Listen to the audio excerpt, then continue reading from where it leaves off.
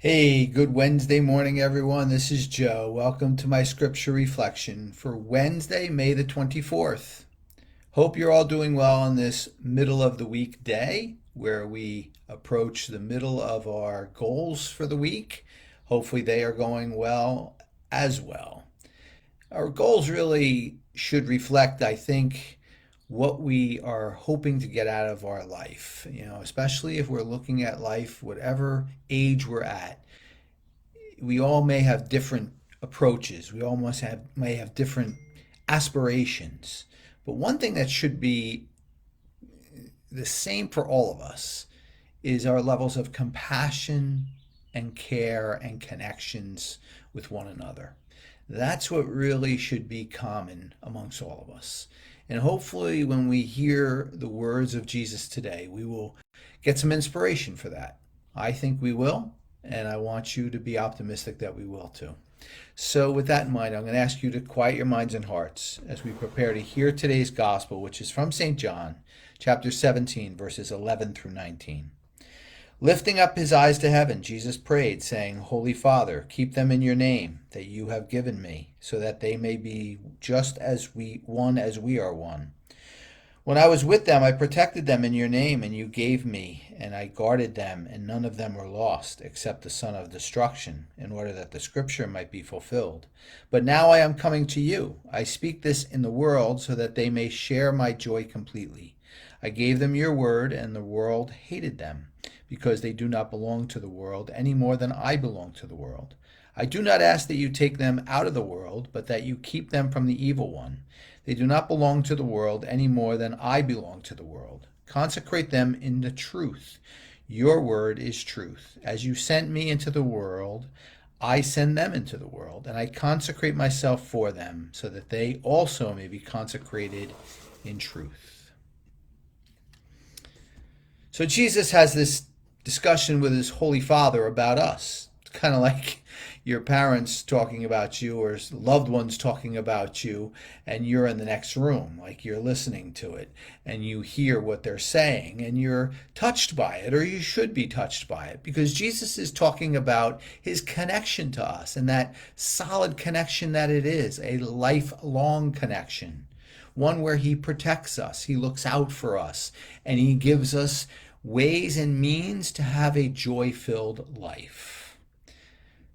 I would like to digress for a moment and tell you about Holly and May. Holly and May were two rescued cows that were on a sanctuary that I love to visit.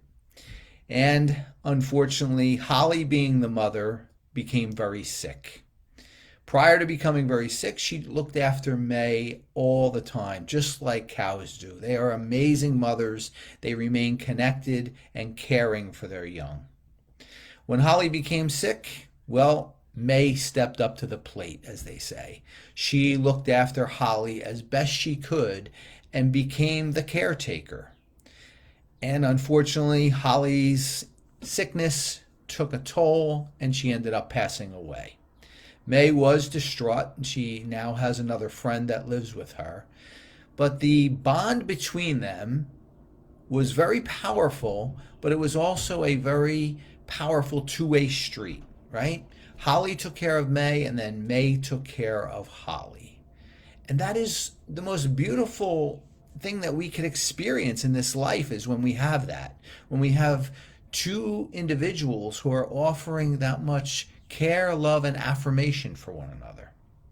So you might say, okay, well, Jesus is giving it to me. How could I give it back to him?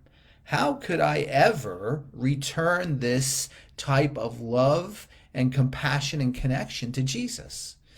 Well, we do that by giving it to those in our life that are placed before us. And then we take the next step and we give that connection and compassion to those who are most in need. My friends, our animal friends are that. They are the ones that are most in need today. They are the ones that are exploited. They are the ones who are treated so badly. So I urge you to take a trip to a sanctuary.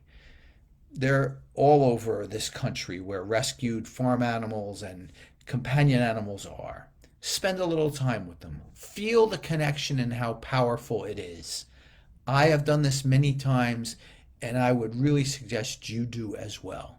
The result is a real stronger heart and more peaceful lifestyle for us, and the ability to see this gospel clearer than ever before, where we are really returning that love and compassion not only to that individual who has been harmed, who has been injured, who is vulnerable, but by doing that, we're returning it to Jesus. And that is our goal in life.